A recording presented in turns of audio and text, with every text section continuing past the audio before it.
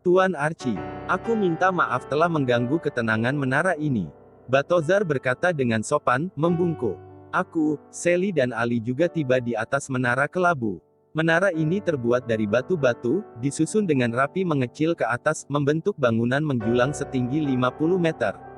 Tidak ada apapun di atas menara selain lantai batu kosong dengan diameter 2 meter, tempat Archie mengawasi 360 derajat sekitarnya. Postur tubuhnya tinggi kurus dengan rambut putih, mengenakan pakaian berwarna gelap. Busur emas miliknya ada dalam genggaman Balthazar. Tidak ada bola mata di wajahnya, kosong begitu saja, tapi dia bisa mengetahui siapa yang sedang berdiri di atas towernya. Aku juga minta maaf telah mengambil sebentar busur milikmu. Namaku, aku tahu siapa namamu, Balthazar, pengintai. Juga 3 yang lain. Kalian datang dari klan jauh. Tuan rumah akhirnya bicara, menatap kami bergantian dengan mata butanya. Astaga, bukan hanya jago membidik, dia juga tahu nama kita. Hebat sekali. Sally berbisik. Tentu saja, Sally. Dia anggota para pemburu. Ali balas berbisik. Bagaimana Tuan Archie tahu namaku? Balthazar bertanya. Pakaiannya, kartu hologram, aku memang tinggal di tempat terpencil, jauh dari peradaban, tapi bukan berarti aku terbelakang. Entre menghubungiku belasan jam yang lalu, memberitahu ada rombongan petualang antar klan menuju menara kelabu. Sally dan Ali saling tatap. Ali bergumam pelan, dia salah kira. Rombongan kalian aneh. Archie menatap Balthazar lamat-lamat, jika hanya dilihat sepintas, kalian lebih mirip rombongan sirkus. Atau yang tinggi besar ini, dengan wajah menyeramkan, sedang menculik 3 remaja lainnya. Itu benar. Ali berbisik lagi, secara teknis kita memang pernah diculik Balthazar. Sally mengangguk-angguk, setuju. Aku menyikut Ali, tidakkah dia bisa berhenti berisik dalam situasi sepenting ini? Dan Sally, kenapa pula dia harus menanggapi si biang kerok ini dari tadi? Entre jarang sekali menghubungiku. Ratusan tahun terakhir, hanya hitungan jari dia mengontakku. Saat dia bilang kalian akan kemari, aku bilang padanya tidak peduli. Silahkan saja, itu bukan urusanku. Tapi Entre benar, kalian memang berbeda. Tuan rumah menatap Sally, apakah anak ini yang selamat dari racun cacing pasak? Sally mengangguk, ngeri menatap wajah tanpa bola mata itu. Aku sepertinya terlalu menganggap remeh kalian. Bukan hanya berhasil melewati kadal-kadal itu, kalian juga berhasil melewati busur emasku. Apakah benar kalian juga melewati Kai dan Nai saat menuju ke klan ini? Aku mengangguk. Terasa ganjil mengangguk di hadapan orang buta, apakah dia bisa melihat anggukanku? Tuan rumah tersenyum, tentu saja dia bisa melihat anggukanku. Apa kabar pasangan tua itu? Paman Kai dan Bibi Nai baik. Nai masih suka memasak. Aku mengangguk lagi. Archie mendongak menatap selimut kabut tipis, seperti sedang mengenang banyak hal di masa lalu. Kemudian dia menoleh ke arah Balthazar. Kembalikan busurku, berseru. Sally langsung menggeleng cepat. Itu ide buruk, berbahaya. Balthazar juga tetap diam, masih menggenggam erat-erat busur itu. Aku tidak akan membidik kalian yang sudah berdiri di atas menaraku. Kalian adalah tamuku sekarang, Archie tertawa, kembalikan busurku. Balthazar melangkah maju, menyerahkan busur itu. Bagaimana kamu tahu jika aku melihat lewat suara pengintai? Wright yang memberitahuku jika Tuan Archie buta, maaf. Sementara kadal-kadal itu bergerak tanpa suara. Aku besar di konstelasi Andromeda, Kai dan Nai memimpin pasukan untuk menghentikan kekacauan di sana, menangkap Sloan, petarung klan Andromeda yang bisa berubah menjadi monster gajah. Kami bertarung bersisian dengan pemburu lainnya. Kami memenangkan pertempuran itu dengan harga mahal. Banyak para pemburu tewas, dan aku kehilangan bola mataku. Masa depanku seketika gelap, segelap mataku. Bagaimana aku bisa menjadi seorang pemburu jika tidak bisa melihat? Aku adalah gunslinger, penembak jitu. Bagaimana aku bisa membidik target dengan mata buta? Putus asa, kecewa. Aku pergi meninggalkan ibu kota Arcantum. Tapi Kai menemuiku, bilang jika sesungguhnya pemburu yang baik tidak harus bisa melihat. Pemburu yang baik adalah yang bisa mengetahui kelebihan dan kelemahannya. Melatih kelebihannya, sekaligus mengatasi kelemahannya, aku tetap bisa menjadi penembak jitu. Kai mengirimku berlatih bersama kadal-kadal itu, melatih pendengaranku. Kai selalu tahu cara membesarkan hati orang lain. Archie tersenyum, menatap lereng-lereng gunung di kejauhan. Seberapa hebat Paman Kai dan Nai dulu? Aku bertanya. Hebat sekali, anak muda. Archie terkekeh, pasangan itu adalah pemburu terhebat. Aku, atau Entre, atau pemburu lain tidak ada apa-apanya dibanding teknik bertarung mereka berdua. Dan yang lebih istimewa lagi, pasangan itu juga memiliki perilaku yang hebat. Kalian akan sulit sekali menemukan orang dengan karakter seunik dan semenarik Kai dan Nai. Mereka adalah sahabat yang setia, kawan yang istimewa. Hingga suatu hari, semua menghabisinya. Apa yang terjadi? Aku kembali bertanya, meski aku mulai bisa menebak penjelasan ini akan sama seperti yang disampaikan Tuan Entre. Senjata pamungkas itu, ketika finale diam-diam membuat tombak. Lantas tombak itu dicuri oleh petualang antar klan. Kekacauan terjadi di seluruh Komet Minor. Kami, para pemburu, yang bertugas mengatasi kekacauan di banyak konstelasi, ternyata tidak bisa mengatasi kekacauan di klan sendiri. Sejak saat itu Kai dan Nai membubarkan aliansi para pemburu, mereka pergi ke klan lain. Tapi, maaf Tuan Archie, ini sebenarnya tidak masuk akal. Bukankah senjata pusaka itu berhasil direbut kembali? Meskipun banyak korban yang berjatuhan, itu adalah resiko sebuah pertempuran. Maksudku, bagaimana mungkin itu membuat Paman Kai dan Bibi Nai membuat keputusan yang sangat drastis pergi begitu saja? Bagaimana mungkin orang sebijak Paman Kai membuat keputusan seperti orang yang kecewa putus asa? Bukankah dia selalu pandai membesarkan dan Nai?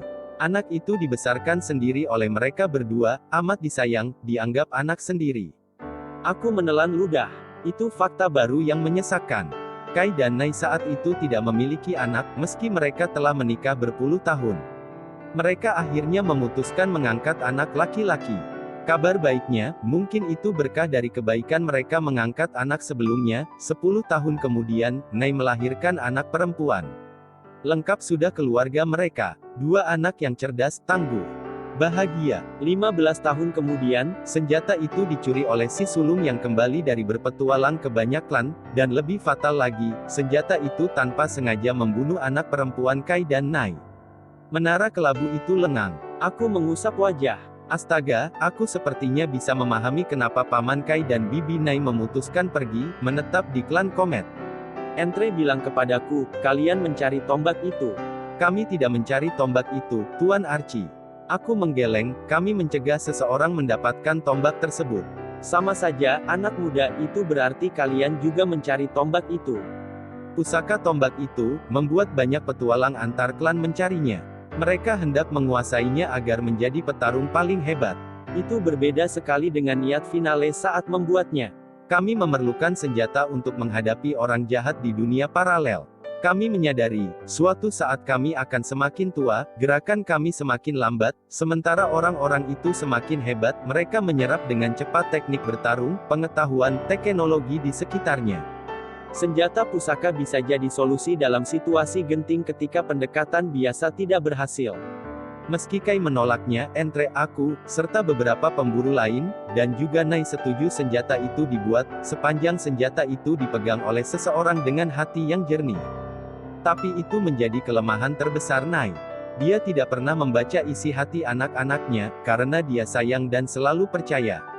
Itu kesalahan besar yang pernah dia buat, karena dia tidak tahu jika anak angkatnya sangat ambisius.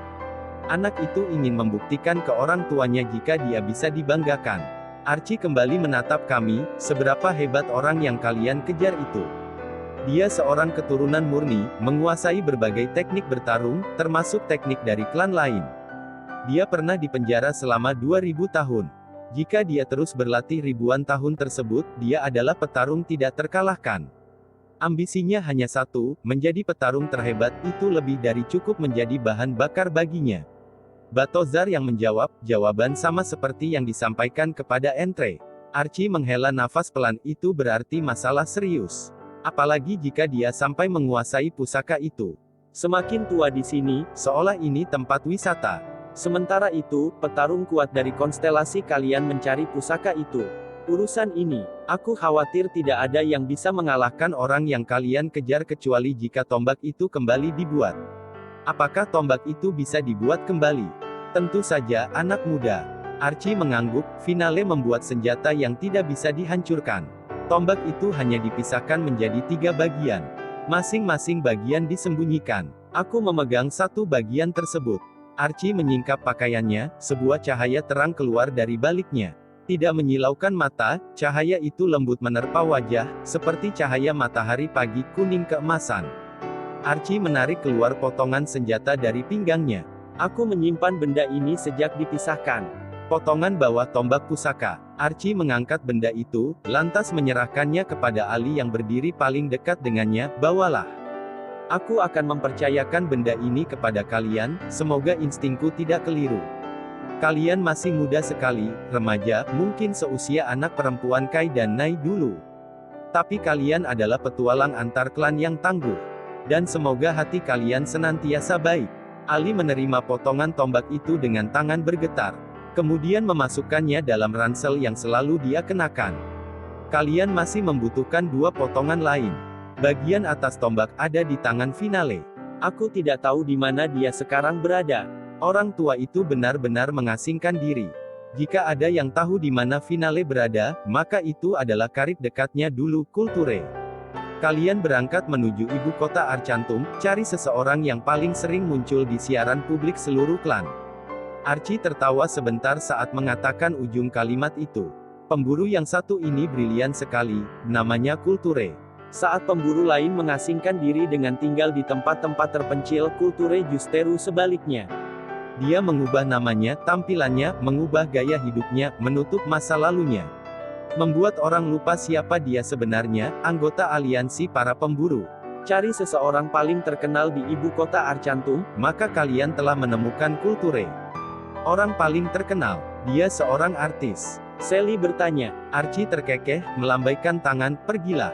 Kulture menyimpan potongan kedua, sekaligus akan memberitahu di mana Finale berada. Semoga perjalanan kalian berhasil. Aku akan kembali menunggu senyap seorang diri di atas menara ini. Archie mendongak menatap langit yang berkabut, waktuku tidak akan lama lagi. Suaranya terdengar sedih. Kalian tahu, saat kalian berhasil melatih pendengaran kalian begitu tajam, kalian bahkan bisa telah mempercayakan potongan tombak itu kepada kami. Aku mungkin tidak akan pernah menemukan lagi petarung terhormat sepertimu. Archie menggeleng, aku tidak setuju, pengintai. Aku Justeru sedang menatapnya sekarang. Di balik wajah menyeramkan yang sedang kulihat, ada seorang petarung terhormat yang berhasil melewati bidikanku. Terima kasih, Tuan Archie. Suara serak Batozar terdengar sedikit bergetar. Dengan catatan suram Batozar, yang pernah membantai seluruh keluarga petinggi klan Bulan, disebut sebagai petarung terhormat oleh Archie membuat Batozar tersentuh. Mungkin sudah lama sekali orang lain berhenti memanggilnya begitu. Aku, Sally dan Ali menyusul bersalaman. Super Raib. Ali memanggil kapsul terbang kami. Benda itu segera melesat naik ke atas menara. Kami berlompatan naik, duduk di kursi masing-masing. Ali duduk di belakang kemudi. Menuju kota Arcantum, Ali. Batozar memberi perintah. Siap, Master B. Kapsul terbang itu melesat meninggalkan menara kelabu, menuju titik baru yang berkedip-kedip di layar kubus. Tempat di mana ibu kota Arcantum melepas jangkar teleportasi.